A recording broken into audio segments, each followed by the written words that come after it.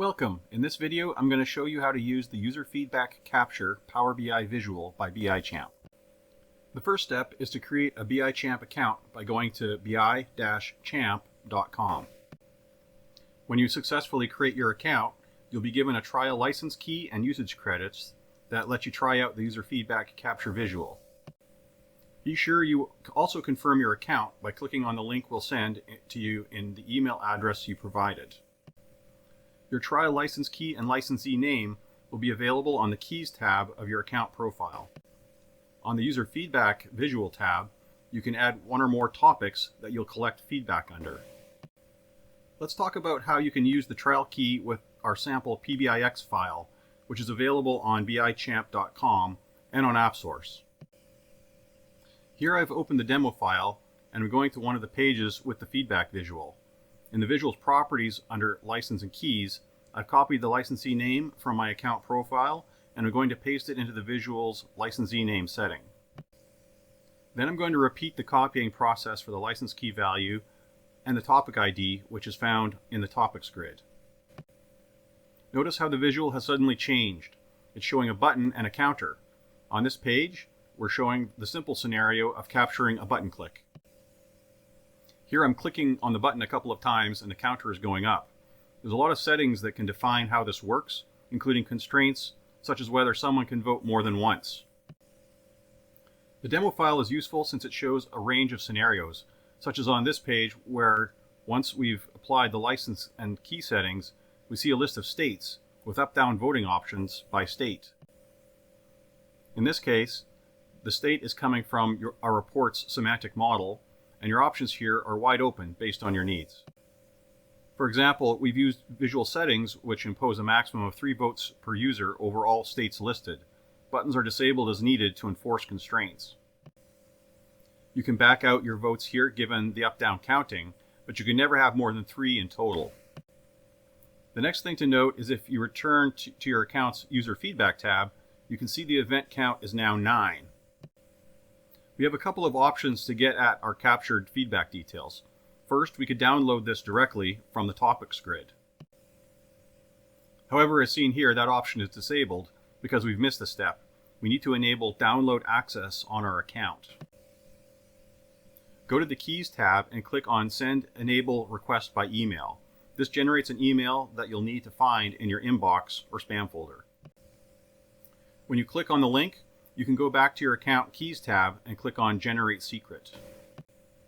The value that's shown here is shown only once, so if you plan on using the REST API option, you'll need to record it when it's shown. If you only plan on downloading through files, you don't need to keep it outside of your account. Now notice that Download Events is enabled, and we can download for a specific topic or for all topics.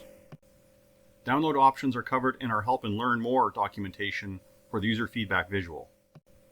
Notice we're advised on how many usage credits are required to do the download. Usage credits come with the license key purchase or can be purchased on their own. This helps us pass along cloud compute costs that BIChamp incurs. Notice the download file in CSV format opens in Excel, and we can see the data points that comprise the actions we took within the demo file. Some simple button clicks which have no state associated, and some up-down clicks which are tied to states. Another way in which you can get at collected feedback is using a REST API. You can do that right within Power BI, so we've included a page in the demo file that shows this. The demo file shows some fake feedback data and lets you make a couple of changes. First, you need to set the topic ID. We made this possible just by going to Transform Data and then Edit Parameters. We have a parameter for the topic ID, which you can change to your own value. You'll also need to set the client secret, which we've made to be something that you can set as part of the data source credentials.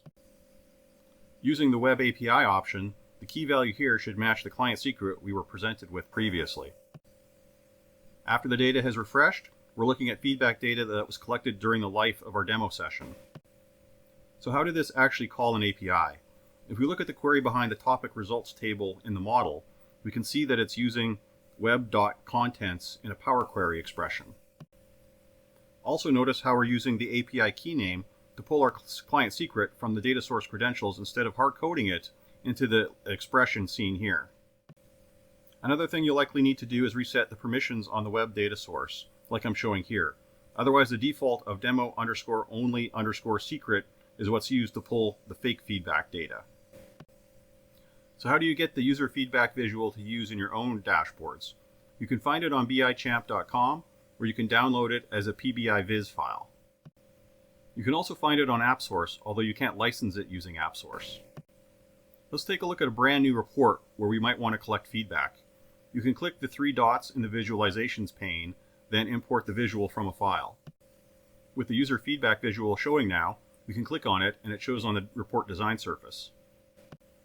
I'll skip ahead and show the visual after having entered the key values as we'd have set them before in the demo file. Now we've got a button and a counter that shows 4 for the events we previously captured. Let's take a look at a few settings that are available. For example, we could change the capture method to up-down buttons, and now we see 2 buttons, one for upvote and another for downvote. Or we can pick text entry, which gives us a text box and a submit button. We can change the capture scope to be a table, and this leads to what we saw previously where we could have a list where feedback is possible per row. To use the list, however, we need to identify data from the semantic model to serve as the list source. I'm going to pick the state name and drag it into the group by well. The constrain by well can be used to do things like only allow up to a maximum number of votes per user, or day, or other data. There's quite a few other settings that I won't get into here, but are covered in online documentation and through inline tooltips. That wraps up this video. I hope it was helpful in getting you up to speed on using the user feedback capture visual by bichamp.